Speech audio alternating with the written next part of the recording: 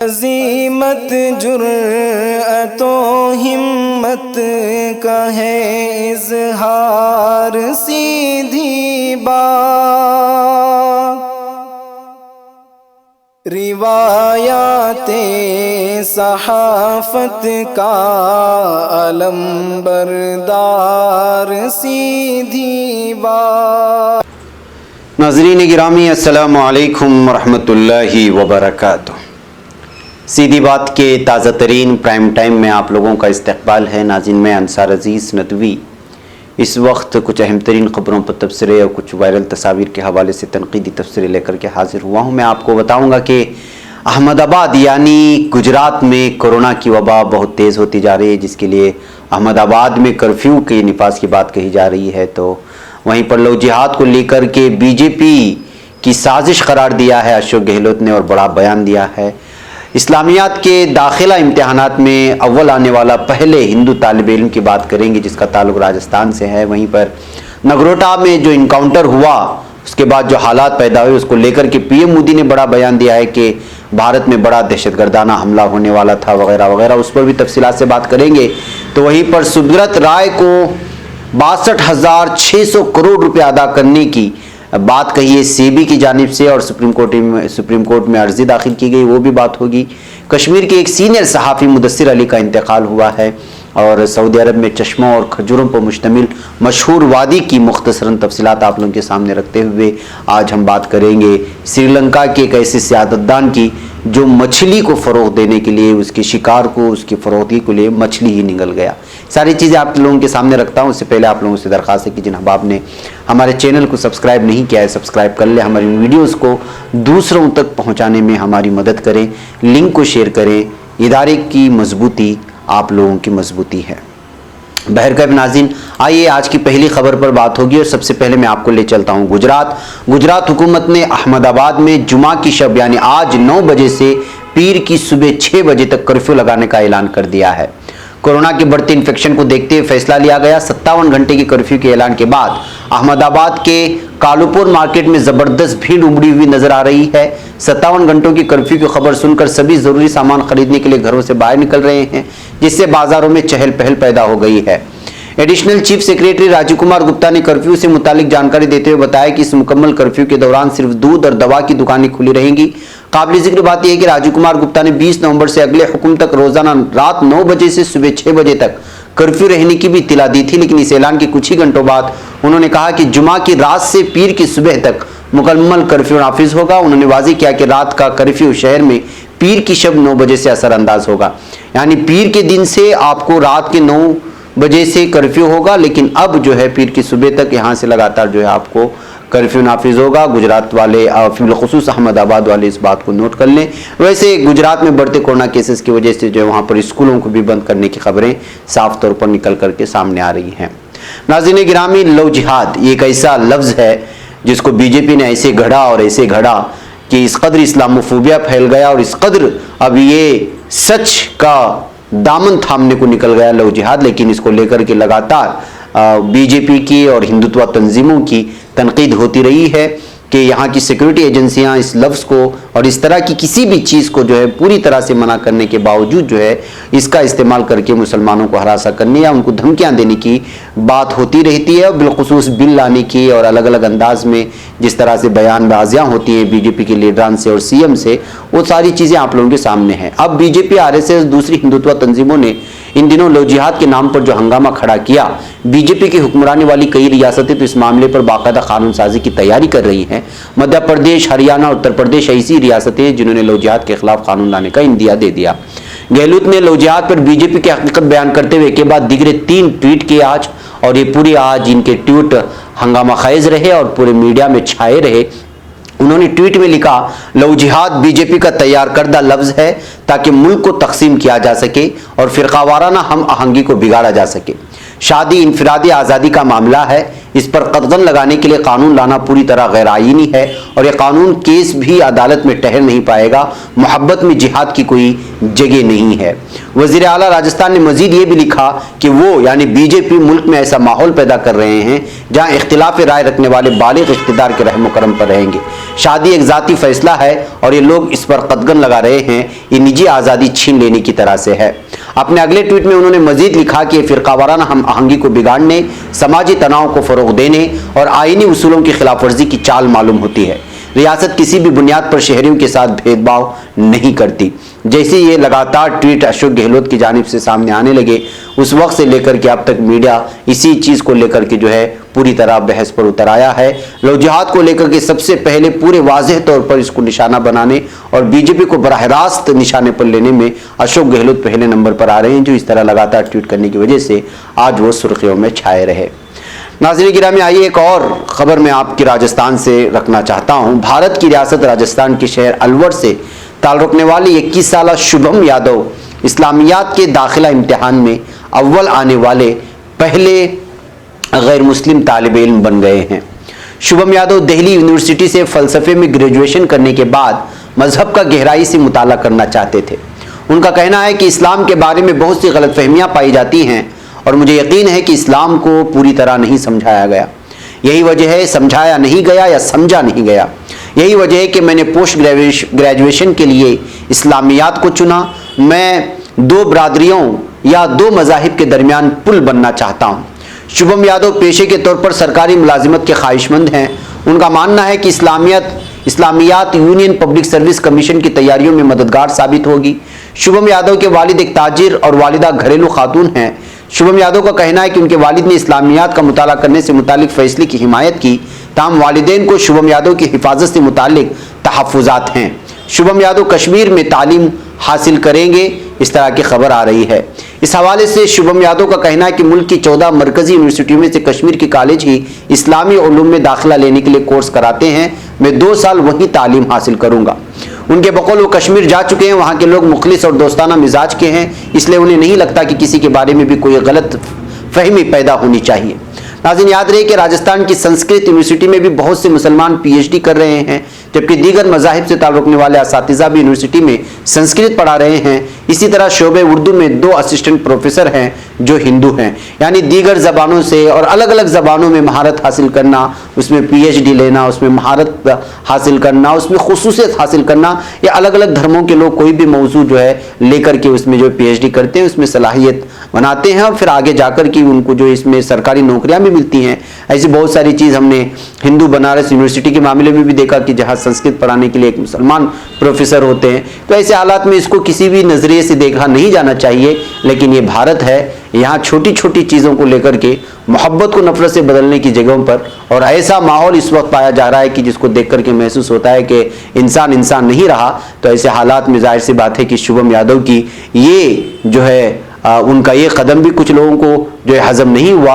बज़ाहिर फ़िलहाल किसी तरह की तनक़ीद सामने नहीं आ रही है, लेकिन अंदरूनी सतह पर जिस तरह से जो है इस खबरों पर तबसरा किया जा रहा है बाज़ सोशल मीडिया में, जो कि ज़्यादा वायरल नहीं हुई, वो वहाँ पर तनक़ीद करते हुए नज़र आ रहे हैं। लेकिन वो अपने जहनी मरीज़ से और जहनी अमराज से और अपनी जो है जहन की सतहियत से, सोच की शख्सियत से वो लोग मजबूर हैं, उनको ऐसे ही छोड़ देना चाहिए। बहरकैफ नाज़रीन, आइए बात करते हैं नगरोटा इनकाउंटर को लेकर के। हाल ही में कल जो नगरोटा में इनकाउंटर हुआ जम्मू कश्मीर के नगरोटा में हुए दहशतगर्दाना इनकाउंटर के बाद हुकूमत अलर्ट हो गई है। वज़ीर आज़म नरेंद्र मोदी ने वज़ीर दाखिला अमित शाह, कौमी सलामती के मुशीर अजीत डोभाल, सेक्रेटरी खारिजा समेत इंटेलिजेंस के आला एस्टेब्लिशमेंट के साथ नगरोटा इनकाउंटर पर जायज़ा मीटिंग की हुकूमत के ज़राए ने इसकी इत्तला दी है। हुकूमत के ज़राए ने बताया कि मीटिंग से यह बात निकल कर आई है कि दहशतगर्द 26/11 दहशतगर्दाना हमले की बरसी पर मुल्क को एक मरतबा फिर दहलाने की साजिश रच रहे थे। गौरतलब है कि जुमेरात को जम्मू कश्मीर के नगरोटा में सिक्योरिटी फोर्सेस ने इनकाउंटर में जैश-ए-मोहम्मद जैसी तंजीम से वाबस्ता 4 जंगजुओं को मार गिराने का दावा किया था। और ये सारी तफसीलात आप लोगों के सामने कल से सामने आ रही थी और सारी सुर्खियां आप लोगों के सामने है। ये वो रिपोर्ट है जो रिपोर्ट यहाँ की हुकूमत, यहाँ की फौजियों की जानिब से दी गई। पहले कल ये रिपोर्ट सामने आई कि इस वक्त यहाँ हालिया बल्दिया जो इंतखाबात होने वाले हैं उसमें जो है खलल डालने के लिए ये लोग पूरे सामने आ गए थे। लेकिन आज की मीटिंग में ये आ रहा है कि 26/11 के तर्ज पर उसकी बरसी के मौके पर जो है हमला करना चाह रहे थे। इस दरमियान में बाज़ अखबारात में मैंने ये भी पढ़ा कि जम्मू कश्मीर में इस कदर इतने बड़े हथियारों के साथ कश्मीर से निकलकर जम्मू तक ये लोग पहुंच जाते हैं, ये जंगजू पहुंच जाते हैं, लेकिन कोई किस तरह ये लोग पहुंचते पता नहीं चलता। यहाँ हर आम आदमी को इस कदर मशकूक निगाहों से देखा जाता है कि कश्मीर से लेकर के जम्मू तक पहुंचने तक न जाने कितने आपको जो है चेक पॉइंट्स मिलेंगे, कितने फौजी मिलेंगे, जगह जगह पर इतने चेकिंग होंगे, लेकिन इन तमाम चीज़ों को पार करते हुए आखिर ये लोग जंगजू जम्मू कैसे पहुंचे, और इस तरह के बहुत सारे सवाल इस वक्त हमेशा जिस इनकाउंटर के बाद आते हैं कश्मीर और जम्मू कश्मीर में जब भी इनकाउंटर होते हैं उस लेकर के भी जो है बहुत सारे सवाल आ रहे हैं। और सबसे अहम तरीन सवाल यही था बहुत सारे तबसरा निगार तनकीद निगारों का कि इतने बड़े जंगजू इतने बड़े हथियार को लेकर के, इतनी बड़ी मिकदार में हथियार को लेकर के कश्मीर से लेकर के जम्मू तक पहुंच जाते हैं, कई रास्तों को पार करते हैं, और आखिर फौजियों को क्यों नहीं पता चलता, सिक्योरिटी एजेंसियों को क्यों नहीं पता चला, ये सारी चीज़ें अलग अलग अंदाज में सवाल करने की भी कोशिश कर रहे हैं, जिसका जवाब वो लोग तलाश रहे हैं। बहरकैफ नाज़रीन, आइए मैं आपको ले चलूँ एक और कश्मीर की खबर की जानिब, जहाँ पर सीनियर सहाफ़ी का इंतकाल हुआ है। जहाँ वस्ती कश्मीर के ज़िला बडगाम के चरार शरीफ से ताल्लुक़ रखने वाले सीनियर सहाफ़ी मुदस्सिर अली की अचानक मौत ने वादी कश्मीर के सियासी व सहाफ़ती हलकों को सोगवार कर दिया है। मौसूफ सहाफ़ी की जुमा की अलग सुबह हरकत कल्ब बंद होने से मौत वाक़ई हुई। वो अंग्रेज़ी रोज़नामा ग्रेटर कश्मीर के साथ वाबस्ता थे। अक्सर इनके मज़ामीन बहुत ज़्यादा ग्रेटर कश्मीर में छपते थे और यहाँ की रियलिटी को, यहाँ की हकीकत को वो बयां करने की कोशिश करते थे। ग्रेटर कश्मीर में नेशनल कॉन्फ्रेंस के नायब सदर और साबिक वज़ीर आला उमर अब्दुल्ला ने मुदस्सिर की अचानक रहलत पर इज़हार अफसोस करते हुए अपने एक ट्वीट में कहा, मुदस्सिर अली की अचानक मौत की खबर सुनकर मुझे सख्त सदमा हुआ। सहाफ़त में उनका मुस्तकबिल रोशन था, उनकी जवान मुर्गी समझ से बालातर है। अल्लाह उन्हें जन्नत और पसमानदगान को सब्र जमील अता फरमाए। नाज़रीन, उन्होंने अपने एक और ट्वीट में यह भी कहा कि मुदस्सिर ने कई बार मेरा इंटरव्यू लिया और मैंने प्रेस कॉन्फ्रेंसों के दौरान कई बार उनकी मुश्किल सवालात को टालने की कोशिश की। वो एक मंझे हुए रिपोर्टर थे, वो शाइस्ता थे, लेकिन उन्हें आसानी से कभी सरफ नज़र नहीं किया जा सकता था। उन्हें शिद्दत से याद किया जाएगा। बैकअप नाज़रीन, ये सहाफ़ी जो दी वायर को भी रिपोर्टिंग करते थे और कश्मीर के मकामी सतह के असल मसाइल को और हकीकत के साथ पेश करने के लिए माने जाते थे। अचानक उनके इंतकाल पर वाकई में जो है सहाफ़ती बरादरी में एक किस्म का धचका लगा है, बिलखुसूस कश्मीर में।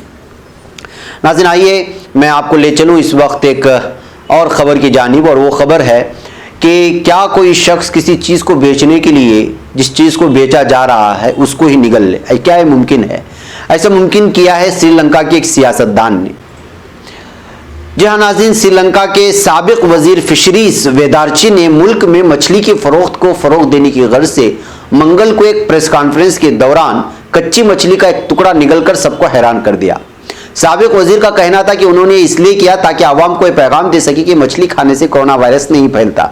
श्रीलंका में कोरोना वायरस की इब्तिदा दारुल-हुकूमत कोलंबो की मरकजी होलसेल मार्केट से हुई थी, जहां कोरोना वायरस के अचानक कई केसेस रिपोर्ट हुए, जिसके बाद वबाई मर्ज मुल्क भर में फैलता चला गया, हत्ता कि फिश मार्केट को बंद कर दिया गया। मार्केट बंद होने के नतीजे में कई टन मछली ज़ाय हो गई और कीमतें गिरती चली गई, यहाँ तक कि लोगों ने मछली खरीदना और खाना तर्क कर दिया। हालांकि मछली श्रीलंका की अहम तरीन ग़िज़ा शुमार की जाती है, बल्कि शुमार होती है। प्रेस कॉन्फ्रेंस में साबिक वजीर का कहना था कि कोरोना वायरस के बायस आने वाली मंदी को दूर करने की गर्ज से आवाम मछली की खरीदारी करें। उनका मजीद कहना था कि माहीगिरी की सनत से वाबस्ता अफराद को मछली की फरोख्त में दिक्कत का सामना है। लोगों ने मछली खाना छोड़ दी है, हालांकि माहिरीन कह चुके हैं कि मछली खाने से कोई नुकसान नहीं होता, और इसको साबित करने के लिए उन्होंने जो है मछली का एक टुकड़ा भी प्रेस कॉन्फ्रेंस के सामने कैमरा और लोगों के सामने जो है निगल लिया, तो ये खबर जो है सुर्खी बन गई है। नाज़रीन, आइए मैं आपको ले चलूँ ऑस्ट्रेलिया। ऑस्ट्रेलियाई फौजियों के खिलाफ मुजरिमाना मामला सामने आया है, और ये मुजरिमाना मामला ये है कि 39 अफगान शहरियों के कत्ल का इल्ज़ाम उन पर लगा है, जिसकी तहकीकात होगी। इससे पहले भी मैंने ये खबर आप लोगों के सामने रखी थी, उसकी कुछ तफसील रख दूँ। ऑस्ट्रेलियाई सलामती फोर्स ADF ने जुमेरात को बताया कि ऑस्ट्रेलिया की मौजूदा या पहली की सलामती फोर्सेस ने साल 2003 से लेकर 2016 के दरमियान अफगानिस्तान में फौजी मुहिम के दौरान अफगानिस्तान के 39 लोगों को मुबैना तौर पर कत्ल किया था, जिसके सिलसिले में उनके खिलाफ मुजरिमाना जांच की जाएगी। उनके ओहदे वापस ले लिए जाएंगे, उन्हें मुमकिन इल्ज़ामात का सामना करना पड़ेगा। मुल्क के फौजी सरबरा एंगस केपीएल के जरिए मुबैना तौर से जंगी जराइम की सरकारी जांच रिपोर्ट में ये जानकारी सामने आई। द मॉर्निंग हेराल्ड के मुताबिक NSW कोर्ट ऑफ अपील के जज ब्रिटेन की 4 साल की जांच में 23 वाकयात के ऐसे काबिल एतबार सबूत पाए गए हैं जिनमें एक या एक से ज्यादा गैर जंगी या जिन लोगों को पकड़ लिया गया था या जख्मी कर दिया गया था या फिर उन्हें स्पेशल फोर्सों के फौजियों के जरिए मार दिया गया था। द मॉर्निंग हेराल्ड ने बताया कि रिपोर्ट में कहा गया है कि ऐसे 2 वाकयात भी हुए हैं जिन्हें जालिमाना रवैये के जंगी जराइम की जुमरे में भी रखा जा सकता है। ऑस्ट्रेलिया के जनरल कैम्पबेल ने जुमेरात को नामा निगारों की कॉन्फ्रेंस में इस हाली रिपोर्ट बताई है। बैकअप नाज़रीन, ये सिर्फ ऑस्ट्रेलिया की नहीं बल्कि नेटो के मातहत में आने वाले तमाम ममालिक के फौजियों ने इस तरह का जुल्म किया है। न जाने कितनी बमबारी अफगानिस्तान के मुख्तलिफ इलाकों में हुई है जहाँ पर आम शहरी रहते थे जिनका कोई कसूर नहीं था, उनका किसी तहरीक या किसी तंजीम से वाबस्तगी नहीं थी, लेकिन आसमान से तैयारे आते थे, बम बरसाते थे और इससे हजारों अफराद मासूमों की जान चली गई है। ये तो एक वाकया है जो ऐसे ही ऑस्ट्रेलिया की तरफ से सिर्फ दुनिया को बताने के लिए कि जो ऑस्ट्रेलिया अपनी ही फौजियों के खिलाफ मुजरिमाना मामले में कार्रवाई कर रहा है, इस तरह दिखाने के लिए मामला सामने आया है। जबकि ज़मीनी सतह पर इस तरह की फौजें हमेशा जिस ज़मीन पर घुसती हैं वहाँ जुल्म और तबाही मचा देती हैं। बैकअप नाज़रीन, एक आखिरी खबर में आप लोगों के सामने रखते हुए फिर आप लोगों से इजाज़त लूँ और बात करेंगे सऊदी अरब के मगरिब में वाक़े खूबसूरत और सरसब्ज व शादाब वादियों में एक वादी यब्बा कहलाती है। ये वादी पानी के चश्मों, झरनों और खजूर के दरख्तों की वजह से मशहूर है। यहाँ पर मुख्तलिफ अनवा के खजूर के दरख्त मौजूद हैं। एक मकामी फोटोग्राफर खालिद अल मंसूर ने वादी यब्बा के बारे में एक चैनल को बताया कि वादी कुदरती हुस्न के साथ साथ पानी और खजूर की पैदावार से भी मालामाल है। ये तिहामा के इलाके की मशहूर वादियों में से एक है। मक्के के इलाके में अल-कुन कुजरा गवर्नरी के करीब वादी रबिया अल मकातरा और मरकज अल कौस के दरमियान वाक़ है जो बहुत ही सरसब्ज व शादाब है और यहाँ मुख्तलिफ और अनवा किस्म के जो है खजूर के दरख्त पाए जाते हैं। एक सवाल के जवाब में सऊदी फोटोग्राफर खालिद ने कहा कि उसे वादी यब्बा जैसे कुदरती हुस्न से मालामाल सियाती इलाकों से इश्क की हद तक मोहब्बत है। उसने वादी का 1 से ज़ायद बार विजिट किया और उसकी तस्वीर पूरी दुनिया तक पहुंचाकर उसके जादुई हुस्न से दूसरों को भी मुत्तला करने की कोशिश की है। ये कहते हुए उन्होंने ये सारी तस्वीर जो है बिलखुसूस वहाँ के मकामी चैनलों को देने की कोशिश की है। जाहिर सी बात है कि नाज़रीन, अरबस्तान हमेशा से जो है रेगिस्तान माना जाता है। इस तरह के जब यहाँ हरियाली और झरने वगैरह नज़र आते हैं तो जाहिर सी बात है कि वहाँ की खूबसूरती में दिलकशी नज़र आती है। बैकअप नाज़रीन, कुछ अहम तरीन खबरें थी जो आप लोगों के सामने रख दी गई। मुझे यहाँ पर इजाज़त दें।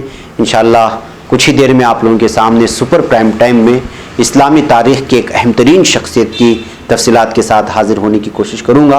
मुझे उम्मीद है कि आप इसे भी देखेंगे, उसको भी देखेंगे। अस्सलामु अलैकुम रहमतुल्लाहि व बरकातुहू। खबर पढ़ने का तुमने भी अजब अंदाज पाया है, रवादारी के जज्बे ने भी तुम पे नाज पाया है, इसी रह में मोहब्बत का हंसी एजाज पाया है, तुम्हें हर अंजुमन में हमने तो मुमताज पाया है, मुमताज पाया है, तुम्हीं से है तरक्की पर अजीज अंसार सीधी बात, अजीमत